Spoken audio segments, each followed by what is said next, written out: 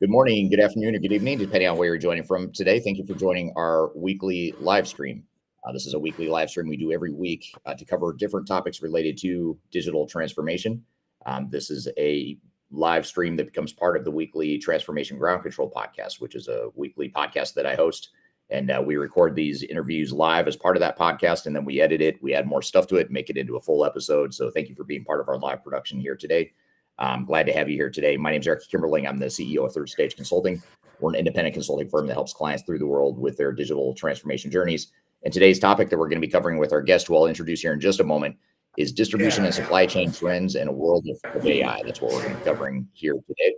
And I have to apologize in advance. My guest and I are both traveling today with unreliable Wi-Fi connections. So there's a fairly high probability we might have some delays, some glitches, that sort of thing. So I do apologize in advance, but we'll work through it. We'll try to get past that Max Headroom robotic thing that you're probably going to see at some point through the discussion here today. But we're both traveling. We wanted to have a conversation. I'm excited for it. So one last thing before I introduce our guest, we're going to take audience questions. I've got questions to get us started, but I'd love to hear audience questions on this topic at hand here today. So please drop those in the chat as we're talking. Just drop any questions or comments you have. We'd love to make this an engaging conversation as much as possible.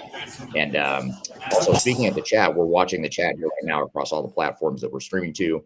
I would love to hear what city and country you're joining from today. So if you don't mind just dropping in the chat, what city and country are you joining us from here today?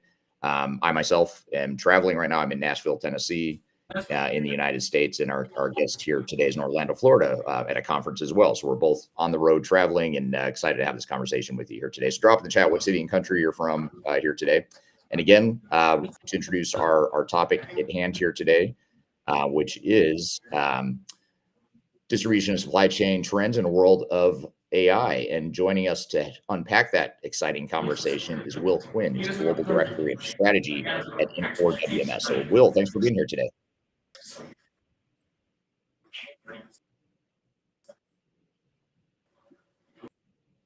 Thanks for having me, Eric. Glad to be here. Reference. I don't think our Gen Z colleagues are going to understand that one. They may have to check the Google machine for that. Right. And you're known as the distribution guy. That's sort of your branded name. Your personal brand is the distribution guy. So tell us about the distribution guy, kind of your background, what you do it in for, all that good stuff. Love to hear about your story. Sure, great. Well, again, thanks for having me. So I'm in my third year with Infor. I our warehouse management system and our distribution strategy. Before that, I came from the industry. So I came from Grainger, and I had spent my entire career in supply chain logistics, running distribution centers for companies like Grainger, MSC Industrial Supply, Coca-Cola. I cut my teeth in supply chain logistics in the Marine Corps. And now I really do. I do a lot of enablement sales team. What are the challenges that distributors are facing? What is how demand planning and inventory and making warehouses more efficient? Hey, why does that matter?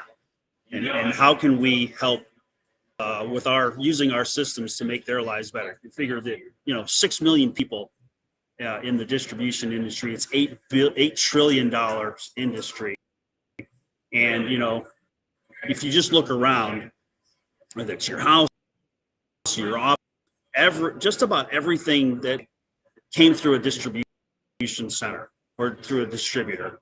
So, if life as it exists doesn't help the hardworking folks in distribution. Yeah, the essential workers, especially during COVID, I think a lot of us took for granted how important distribution was, and essential distribution workers and warehouses and all that good stuff. Tell us about the conference you're at right now. This week you're obviously at a conference, sort of live on the scene there. What is the conference that you're at? So yeah, coming live from sunny Orlando, Florida. It's TUG, or it's the user group for Infor users in the distribution field. So they come together, and it's a really great community. They all use the product, the various products, and learn how they classes on, what's going on in the industry, what's new with this product. And they just come together and help each other out and say, you know what, it'd be nice to have these features and functions. Can we get these on the roadmap? That's Gotcha. Very cool. So just to sort of start the conversation here and sort of diving into trends in the supply chain space in this world of AI, how would you summarize just how the supply chain management field has evolved, leading up to where we stand right here, mid 2024? What are some of the big evolutions or big accomplishments in the space right now? You broke up on that question. Can you answer that one more time? Sure. I was just asking how you summarize how the supply chain management field has evolved, where we stand here in 2024, mid 2024. What's sort of the state of the union or big trends or evolutions are you seeing right now? Yeah, sure. It's ever evolving, right? So if you go back to, I think, the origins of supply chain, you think back to the Romans and how they had kept their soldiers supplied. Think how big the Roman Empire was. I've got soldiers all over the place, trying to maintain and take over territories. How do I only, and especially when your enemies are taking a scorched earth defensive zone where they just burn everything. You just can't go to the local store and get food. So so they had to create these supply chain lines, and it's really, it's fundamentally it's no different, right? If you go back and in history, everybody was trying to trade with China, and that's still the case, right? So we're trying. Things have gotten easier with supply chain lines and trains, and one of the few inventions that made moving freight back and forth was the container, which kind of revolutionized that industry. And over time, things have gotten easier and easier and easier, and then supply chains got longer and longer and more complex. And then when things like that just threw a wrench into everything, and people ran out of inventory. So then there was the bullwhip effect where everybody's like, well, I just need everything because I have to have it. And then eventually that inventory came in, and then the warehouses were busting at the seams, and there was other warehouses. So things are calming down. You're starting to see some things like nearshoring. We're trying to take manufacturing and put it closer to the end users to reduce the possibilities of disruptions. So the closer it is to your end user, obviously, the less opportunity there is for disruption. So lots of evolution, introduction of technology to make things more precise. It's ever evolving. It's a continuous improvement of how can you make something work better for end users. Yeah. What do you see as the big the big impact COVID has had kind of longer term on supply chains in general, and supply chain management, distribution, this whole thread here? It's really inventory, right? If you look at a distributor's financials, the biggest line item they had is their inventory. So it's balancing having the right amount of inventory so that you're satisfying your customers' needs without having too much, because interest rates have gone up, the cost of money's gone up, the cost of maintaining inventory goes up, the cost of housing that inventory goes up. So you have to have a balance of just in time. So able to take a look and utilize tools like artificial intelligence to say, okay, I've got 150,000 SKUs. Do I really need to have a year's supply of all of those? Or do I just need That's it, my 80-20 rule, right? Can I just use this tiny subset that is really drives my business and have excess of those just in case, and then the majority of SKUs just have what I need and to keep it level set. That makes sense. I think that's the biggest Yeah. one.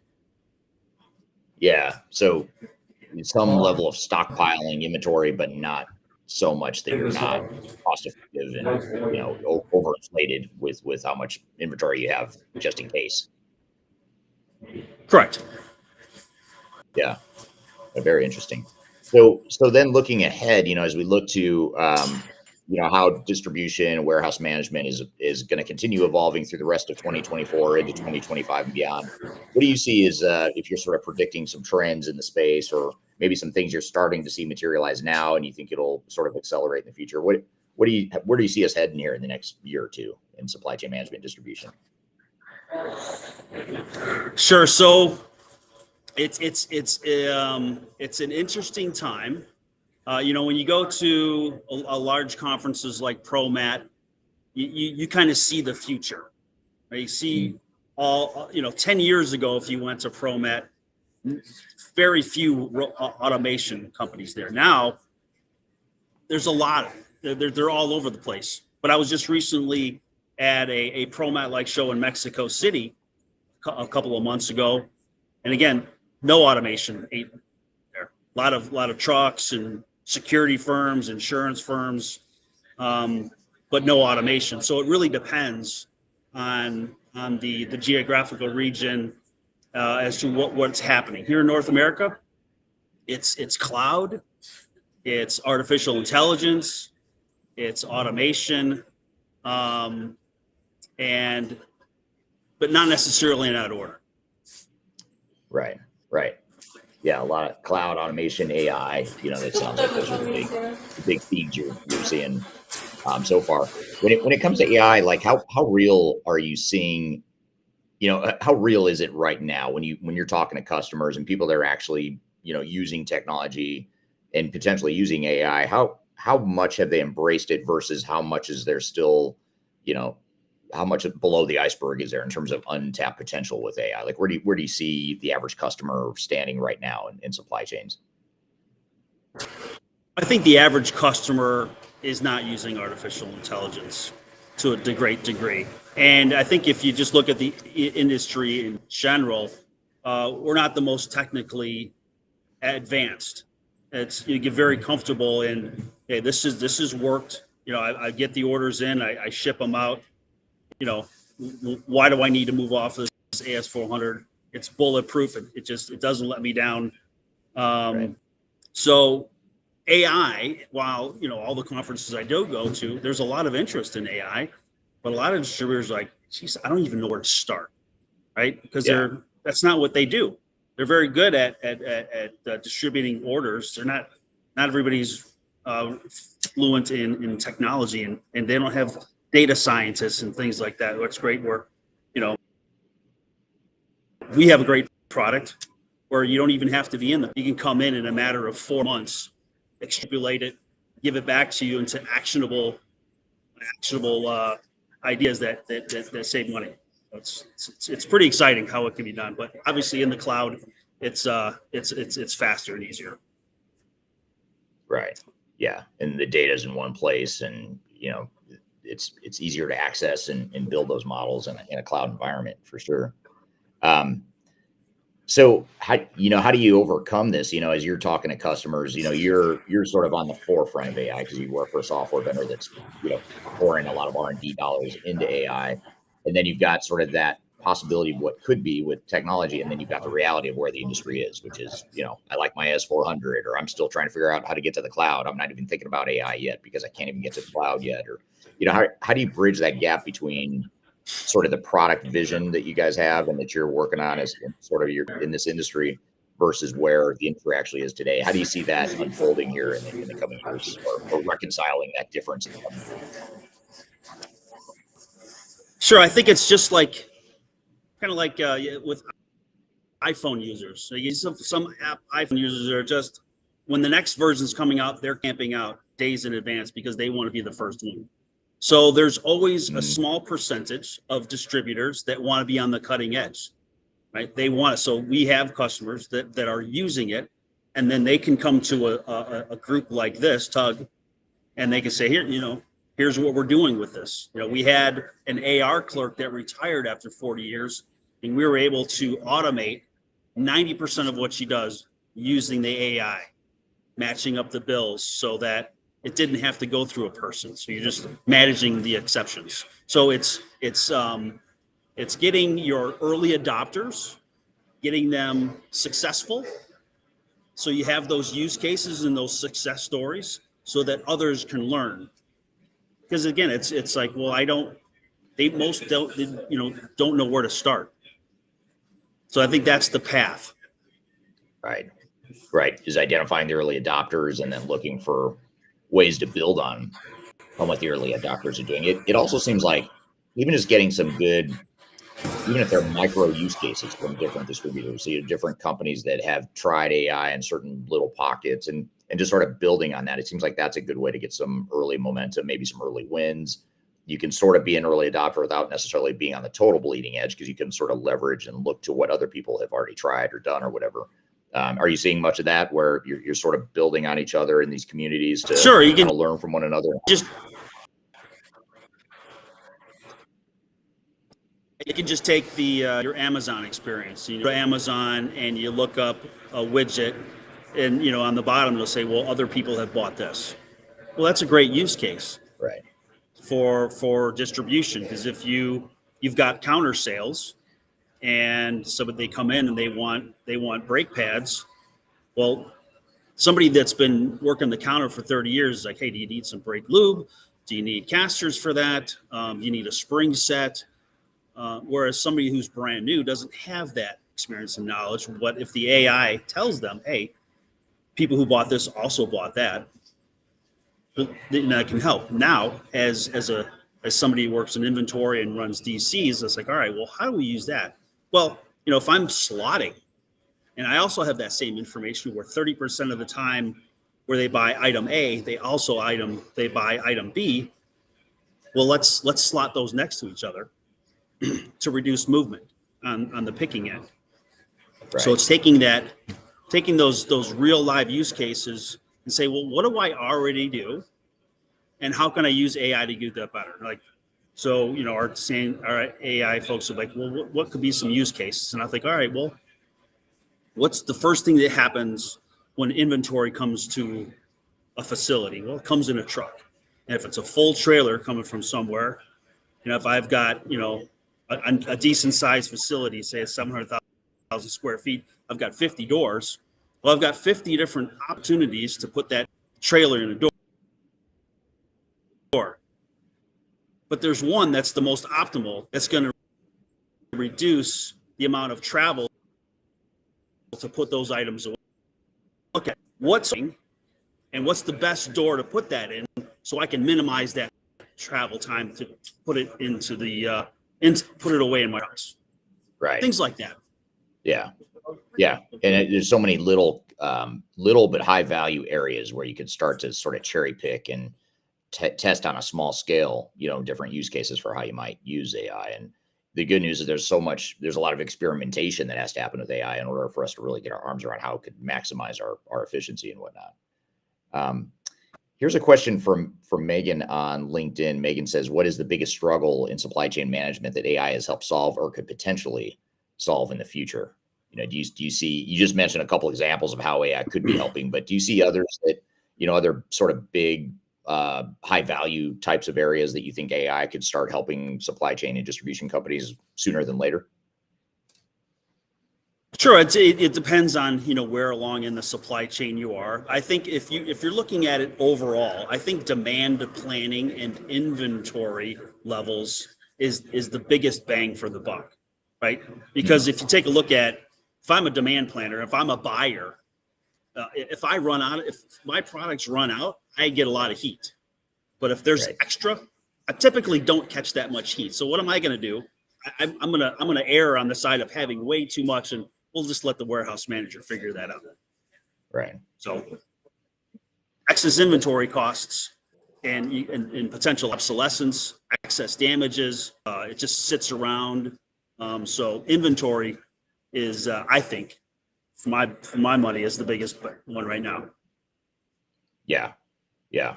Makes sense. And like you said earlier in the conversation, inventory being such a big line item on people's balance sheets and also their P&L, it seems like that's the area where there's a lot of room for optimization, especially when you factor in human behavior. Like you mentioned, we tend to not want to, the last thing we want is to run out of inventory. So we're probably going to err, as it is, we're going to err on the side of high inventory and maybe over inventory or too high of inventory. And then you add the fear that probably still resides from supply chain disruption from COVID, and that probably further exasperates that human behaviors where now we're really stockpiling inventory that maybe we didn't do 5 or 6 or 10 years ago. Absolutely. Yeah, hope that answered your question, Megan. Yeah, it was a great question, Megan. Thank you. Do you see, speaking of COVID, do you see the ripple effects starting to settle down and some of those supply chain disruptions? I know, a lot of times we still feel it as consumers. We still, I still hear people say, oh, we've got supply chain issues, or ever since COVID, the supply chain's been messed up. I don't know how much that's just becoming an excuse now versus actual reality, but regardless of whether it's an excuse or the reality, do you think it's starting to settle down? Do you think people have sort of figured out how to navigate this post-COVID supply chain world? Or are we still in the process of transitioning into whatever that new future state is? Well, I think the effects I think we're past that. I think there may still be some pockets of excess inventory that are still kind of hanging around. But I think for the most part, the supply chains are open. There always are disruptions. I mean, things happen in the world. The war in Ukraine is causing issues. When the rebels are shooting at boats in the Red Sea, that can cause some issues. Boats get stuck in the canal, that causes issues. Or when seems like every other boat running in taking out a bridge. So that's a thing now. So there's always specific issues. There's always things that are going to cause disruptions. And so how can you have the information to inform your customers? Even though a planning system might not be able to prevent the disruption, at least you have the information and you can course correct. So if I know the inventory I was expecting next week is not going to be there for 2 more weeks, well, I can try to get some from a different facility, or I can get some from a different vendor. Just having the information can allow you to make decisions quicker instead of just saying, well, there's nothing I can do because there's an issue. Right. Yeah. Yeah. But to your point, I do think it some of it can be a bit of a crutch. It's got COVID. I think the majority of that is done, to be quite honest. I'm not hearing all these events that I go to. I'm not hearing the COVID thing anymore. Yeah. That's good. I think we're all looking forward to not talking about COVID anymore. Again, I don't want to speak for everyone, but I know that's the case with me. But what do you think at this moment where we stand in mid 2024, and as you're going to these different conferences, you're talking to customers every day in the space, what are the biggest things keeping supply chain managers up at night? Like, what are their biggest concerns right now? So it's still people, right? Companies are struggling for frontline talent, forklift drivers, demand planners,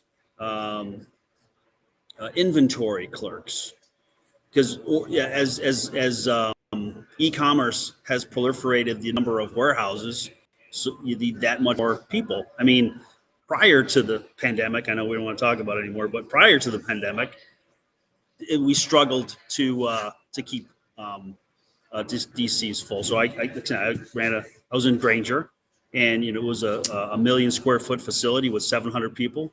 We're always shorthanded, and Granger, it's a great company to work for.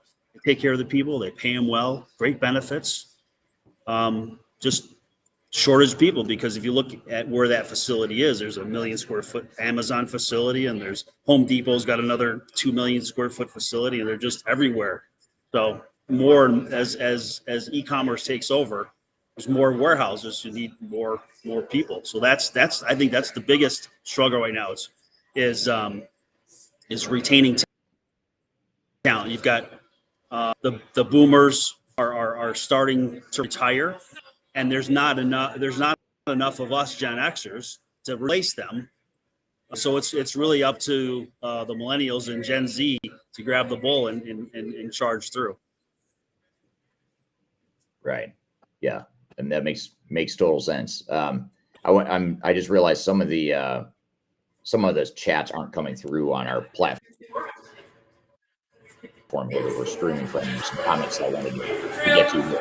One is from Shrivan on LinkedIn, says, "Hey there, supply chain management and AI are game changers. I'm sure looks bright with these advancements." So thanks for that comment there. Dr. Project Y is also on LinkedIn and says, "AI reshape supply chain dynamics. Curious perspectives add value." And so, I guess that sort of brings up another thought or another question, Will, this concept of the intersection of AI and humans. How do you see that integration coming along? Are the frontline workers that you work with, are they sort of resistant to this idea of AI? Do they embrace it? How do you see this human factor colliding with AI, and how do you see that resolving itself here in the coming months and years? So front house workers, I think you're going to see more Industry 5.0 cobotics. So I've got instead of me pushing the cart, collecting items, I'm going to have the robot next to me, and it's gonna be the cart, and I just go and I pick to it, and the AI is going to manage all that. Now with your workers in the office, they'll have more exposure to AI, I think, in their jobs and demand planning, in AI, in all forms, if that makes sense. Yeah. Generative AI, that's the word I was searching for. I know that's a big release coming in October for our inside of our RPs. That's going to help with a number of different use cases. Yeah. Makes sense. What do you see as, you talked about the talent shortage and how people are one of the biggest things keeping supply chain managers up at night, and finding the right people, especially on the front line, some of those essential jobs that you talked about. What do you see as the career prospects in distribution and warehouse management? I mean, if I'm a younger or earlier in my career, and I'm trying to figure out how to navigate my career in distribution, what are the career prospects? What should I be thinking about? What's your advice? Mm-hmm.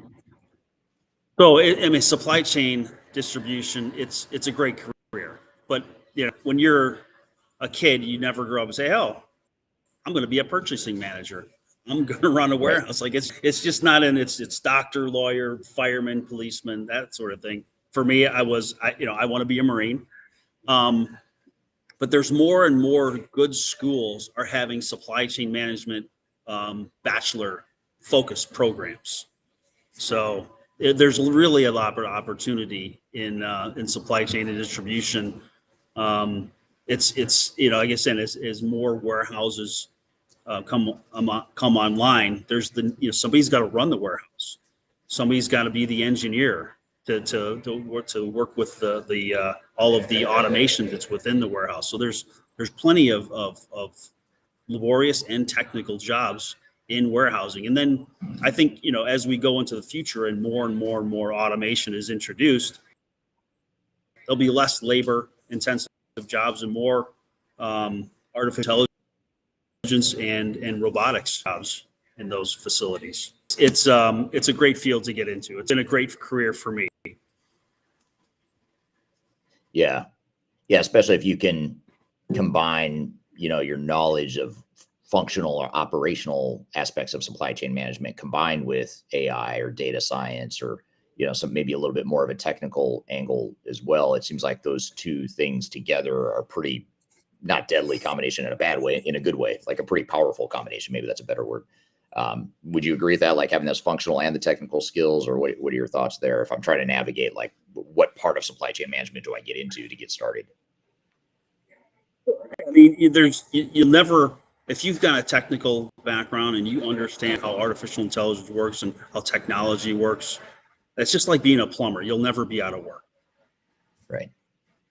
Yeah. There's always demand for it. So what about when, if I'm a supply chain leader and I'm looking at my technology situation right now, whatever it is, I've got these legacy systems and I'm just trying to figure out maybe how to get off my old mainframe, my S400 system, or, I've got an old ERP system that I've outgrown, and I'm sort of just looking up and looking around, trying to figure out how to find the best technology, or just evaluating potential technologies. What are some of the considerations that leaders should be aware of or think about? Like, as you're out there representing Infor, for example, what are you advising customers to think about as they evaluate you as a potential vendor, or other software vendors out there as well? I think it's important that the customers start with, what their vision is. Like, what do they want to be? Like, what do they want their company to look like now, 5, 10, 20 years into the future?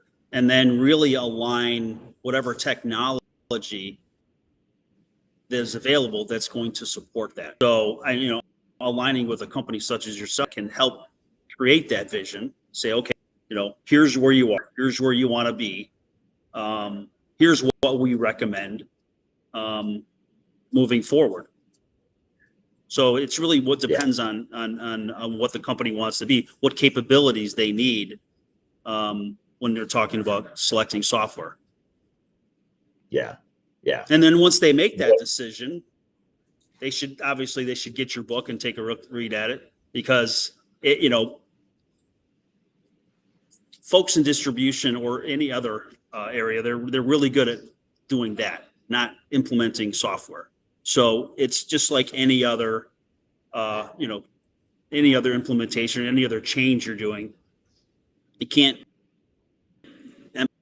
emphasize enough the importance side of the business, because we could have if I look back, my pleasure on, for inventory control and customer service and quality, Monday mornings for me I was head deep into SAP for about 6 hours, just pulling information from all of these disparate systems so I could put them into a PowerPoint presentation, which then put into a spreadsheet, and then put another presentation so that I could push that up so that the leaders had the information they needed to make their decisions every week. So not having to do that would free my time up so that I could be out on the floor leading, teaching, coaching. So it really depends on, what do you want, what's your vision, and what capabilities you need that are going to help you now into the future. Yeah. Yeah. And thank you for bringing up my book. You can actually buy the book right here. Scan the QR code if you want to buy The Final Countdown. You can also go to thefinalcountdown.com. So I had to do that shameless self-promotion there since you brought it up, Will. Thank you for the easy softball that you threw up there for me. But in addition to it's a great book. Said, oh, thank you. Yeah, you and I had a chance to discuss it, and I signed you a copy when you were at our Stratosphere conference last year. So thank you I'm glad you enjoyed it.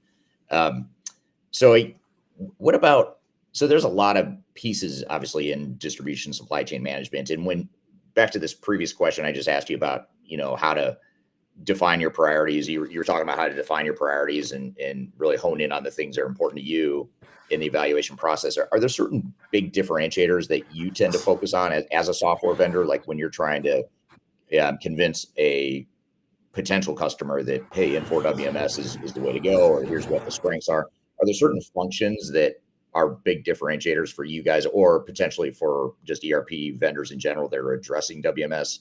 Like, I know it depends on what you want. That's going to be your set of priorities and requirements. But are there certain big differentiators? Things that are commonly a differentiator for you guys against other WMS providers? So that's a great question. So I think when it comes to Infor, where we differentiate ourselves is we're industry specific.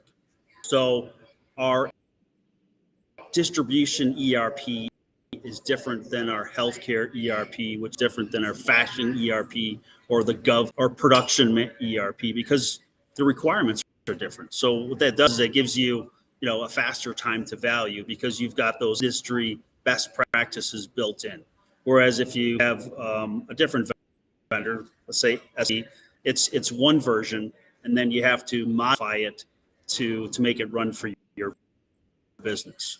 And as for when we talk about the warehouse management system, micro vertical within distribution has its own specific requirements. So I'd say 90% of the time warehousing is the same from one micro vertical to the next. But I was at Coca-Cola, code dates and rotation was much more important than at MSC with nuts and bolts. But on the same hand, you had different chemicals that had expiration dates. So being able to manage those and do recalls are very important. So it's important to be able to highlight those are the features and functionalities that a company cares about. That's where, and then obviously we have a huge services division that can do implementations. We've got a great partner network that we work on. We've got great users groups that care deeply about the product. So that's a lot where we we differentiate ourselves in the market. We listen to our customers. They have input into the roadmap as to what features and functionalities. We are wholly owned by Koch Industries. So we've got a 20-year plan of where we want a company, and it's a partnership. So the leap of faith to an ERP and go with Infor. It's a long-term partnership. We're going to be there. Yeah. And what do you see as sort of once you've selected, whether it's Infor or any other, WMS or supply chain provider on the technology side, once you've chosen the technology, you go to implement it. What do you see as sort of the, top 2 or 3 things that leaders need to be aware of to be successful, to make those initiatives successful for their organization? Sure. It's really about the, hey Vish, it's having the plan. It's you don't want to, I like your analogy of I'm going to build a house, but I don't have blueprints, right? It's just, it doesn't make sense. With anything, if you get to do, a Six Sigma event, you want to have a plan in place. So here's step 1, here's step 2, here are roles and responsibilities. Here's a timeline.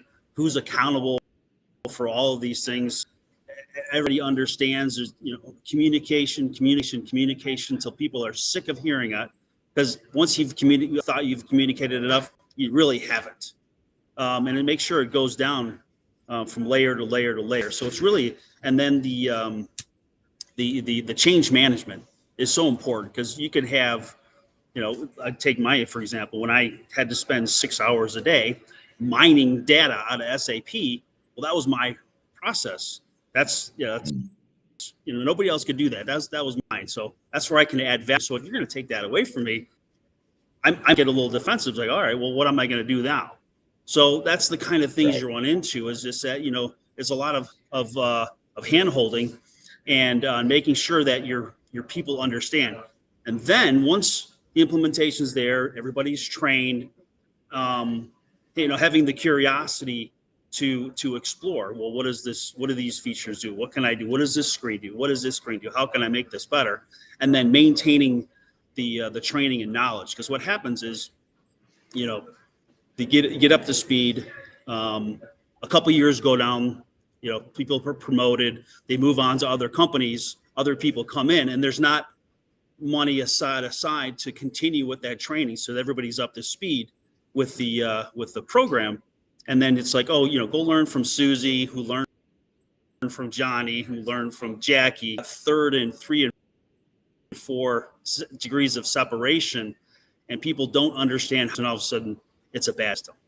So I think it's getting it in the initial education there, and then ongoing and continuing education, so your new people understand. And part of how you can do that is just is clearly documenting all the processes with screenshots. And step 1, this is, so if there's 10 steps to completing a cycle count, I want to make sure all those 10 steps are documented. The screens in the scan gun or the computer are there accessible, and you train them so that what you really fair to your people and setting the expectations. This is what's done right the first time. Yeah. Yeah. And I think people, they underrate that last thing you mentioned about documenting processes and documenting training materials, because you're right. You lose someone retires or leaves the organization that's been there for 10 or 20 years. That's a lot of tribal knowledge that goes out the door if you haven't, especially if you haven't documented the way your processes can and should work. So yeah, I think that's a great point. You want to have that stuff documented as sort of a repository of knowledge that can sustain any sort of attrition and that sort of thing. So what advice would you give to organizations that are still trying to navigate some of these distribution and supply chain challenges today?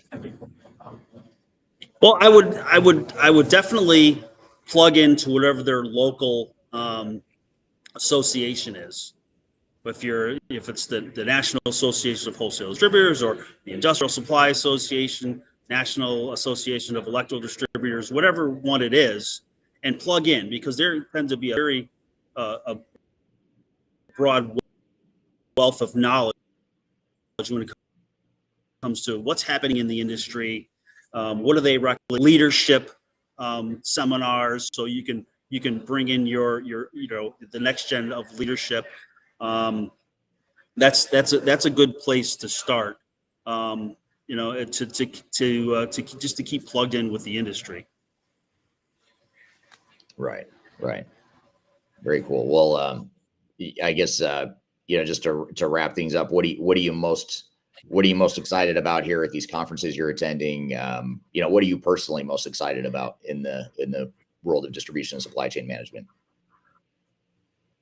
Well, I'm 3 years removed from the industry, so this helps me keep in touch with what's happening in the industry. I get to talk to customers, hear how things are going well, what things aren't going so well, how I can help, trends, that sort of thing, because that relate what the future of product is going to be. So I'm excited about meeting our customers and seeing how I can help them.